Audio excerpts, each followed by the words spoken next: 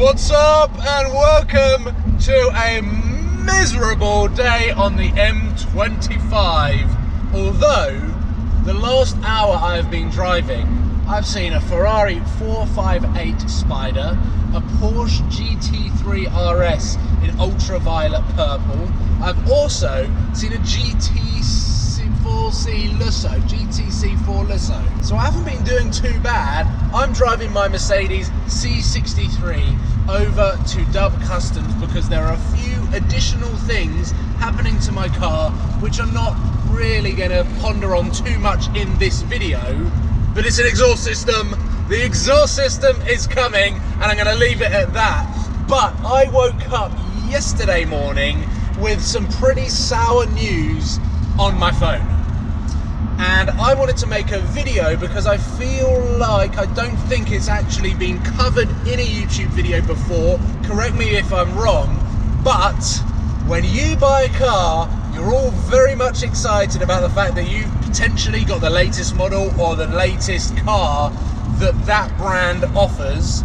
For example, this Mercedes C63, when I picked it up in January, I'd done a lot of research into buying the car, future values on mileage and age and things like that. But one thing that I did not account for was Mercedes facelifting the Mercedes C63 Amg Coupe.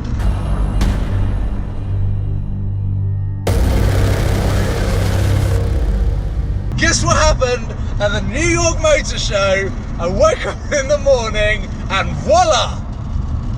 My new car is not new anymore.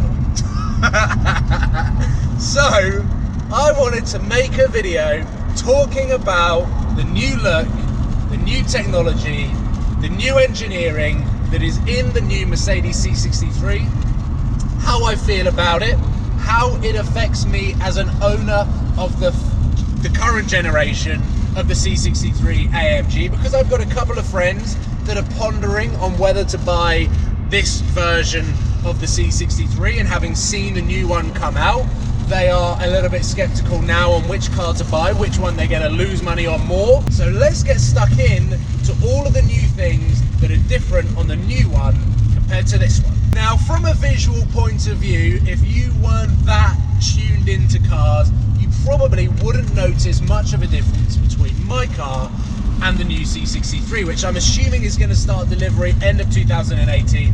Let's call it the 2019 C63 Coupe. So let's start with new revised headlights and taillights on the 2019 car. It is the go-to facelift. If you look at the Generation 1 Audi R8, the most recognizable thing that they did to that car was they changed the headlights and the taillights, immediately dating the first generation pre-facelift version. The car that I own, those dotted LEDs, as cool as they look, immediately look dated. So that is my first worry. The second thing is they have changed the front grille to an AMG GTR inspired Pan-American grille that I don't think looks as good as the grille that is currently on this car. But as soon as you start seeing them on the road, your brain is going to start calibrating as that's the new car, this is the old car.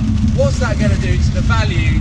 I mean, I might actually crash in this weather. It is the most atrocious rain I have ever seen. The AMG GTR Pan-American grille is an upside down version of the first generation AMG GTS. It looked so good and so aggressive that Mercedes then brought that across to now the 2018 AMG GTSs, which kind of made the AMG GTR feel less special. But because that shape of flipping the grille upside down would not work on the Mercedes C63, it's still the same shaped grille as mine, but it's got the new slats, which I don't think look as good. Inside, there is a lot more updates, which I feel are going to date this generation of the C63 Amg. And that mainly comes down to the new steering wheel, which you're now seeing on the new E-Class, you're seeing it on the new G-Wagon, you're seeing it on the AMG GT 4-door, whatever that thing's called, and it's just got loads of buttons either side of the central air horn logo bit, which I don't actually like, but it's got a new digital display, it's got a larger screen up here, but Mercedes have been a little bit lazy and kept this entire center console exactly the same. So the scroller pad is exactly the same, which plays into my car's advantage, meaning that the steering wheel and digital display are the only things that have really changed on this car. But then we get into what Mercedes have done under the hood, on the chassis, suspension, and things like that, and that comes underneath like the sort of engineering and physics of the car. Being a 2019 car, it is now 3 years newer than what this car is, so you would expect it to have a hell of a lot more technology and a wider breadth of ability when it comes down to daily driver, but also how good it is on the track. Because I'll be honest, this car is an amazing daily driver. I want to shoot a video on how easy this car is to daily drive with all of the modifications that it's had done to it, but it is also a pretty good B-road smasher as well. The C63 is a very leery car. It wants to go sideways all the car. It's not that good at putting the power down. So there's so much content that I want to shoot on this car, which will give you a better idea and understanding of what this car is like to drive. But the new C63 essentially is going to be even better at a daily driver, but then even better on the track. It's going to be flattered through the corners. I'm sure it's going to have a much more clever suspension system, allowing it to corner much better. And maybe they're using new tyres that will be able to put the power down a little bit more. What I find quite interesting is they've upped the power to 510 brake horsepower from the same engine, but they haven't gone for the E63S or the BMW M5 technology of having an all-wheel drive system with the ability to making it rear-wheel drive, which I believe, and I'm hearing rumours, that is what is going to be happening. That's a phone call right there. I was right in the mode right there. Apparently, that is what BMW are going to be doing on the replacement BMW M3, which is arrival to this car. So I think the M3, in a couple of years' time, when the new one comes out, it's going to be miles ahead in terms of performance and accessible power than what the 2018, 2019 C63 facelift is. I have only owned my car for 2 months, but it has already been downgraded, or it has already been bumped down the pecking order when it comes to Mercedes as the current model. This is no longer the current model because they have now facelifted it. So what is it going to do for the value of this car? What is it going to do to the value of the new cars that are going to be coming out in 2019? And I think we can use the same structure as what I and Tony used on this car. The new C63, no doubt about it, is going to be plus £70,000. So it is going to be over 70 grand to buy, plus options, but I still think it is going to depreciate at the rate that this current generation did, because it is going to have to be competitive online, bearing in mind there are a few slight tweaks. I'll be very intrigued to drive that new car to see how it compares to this car once I do all of the modifications. So Mercedes, if you're watching this video, I would very much like to drive the new 2019 C63 Amg facelift to see how different it is to this car. It'd be an interesting comparison. But going back to the value of this car, I still believe it has done most of the depreciation. The first 2 years are always the fastest to depreciate. So I don't necessarily feel that bad, because I'm really not that materialistic about the fact of having, I must have the latest car, I must have the latest blah blah blah blah blah, because I bought a, what was that?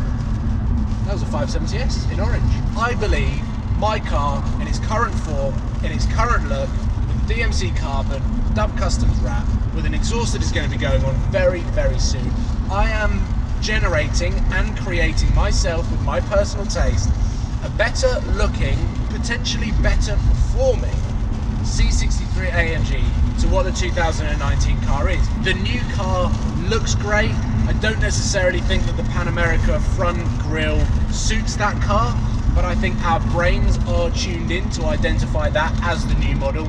This will become the old model. It will naturally look dated when they go next to each other, with the headlights, with the front grille, with the tail lights, and with all of the other optional extras that you get on the car. But I am having more fun building and modifying a car that is designed to my personal taste, that I get to share the journey of ownership with this car, not necessarily caring too much about how many miles I put on the car, because because the depreciation's already done on it. I've done 13,000 miles on this and I'm not stopping.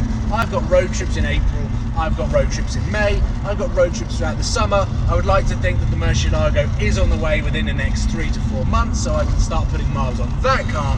But fundamentally, that is my opinion on the new facelifted C63. Yes, I'm a little bit gutted that it's just popped out of nowhere 2 months into ownership of this car, but that's life. I'm going to continue around the M25, get to Dub Customs, get this exhaust fitted, and I'll be bringing you a full review and sound video of what my car is going to be sounding like before I head into Europe in April and get this car over 600 brake horsepower. It is all go. I'm cracking on, guys. Thank you for watching. Please give it a thumbs up, subscribe if you haven't already, and let me know whether you would prefer my car or whether you would prefer the new car, because I think it's down to everyone's personal taste. So I'll be interested to see what you think. Comment below. Thanks for watching. I'll see you soon, guys. Take care. Goodbye. Enjoy Easter weekend. Goodbye.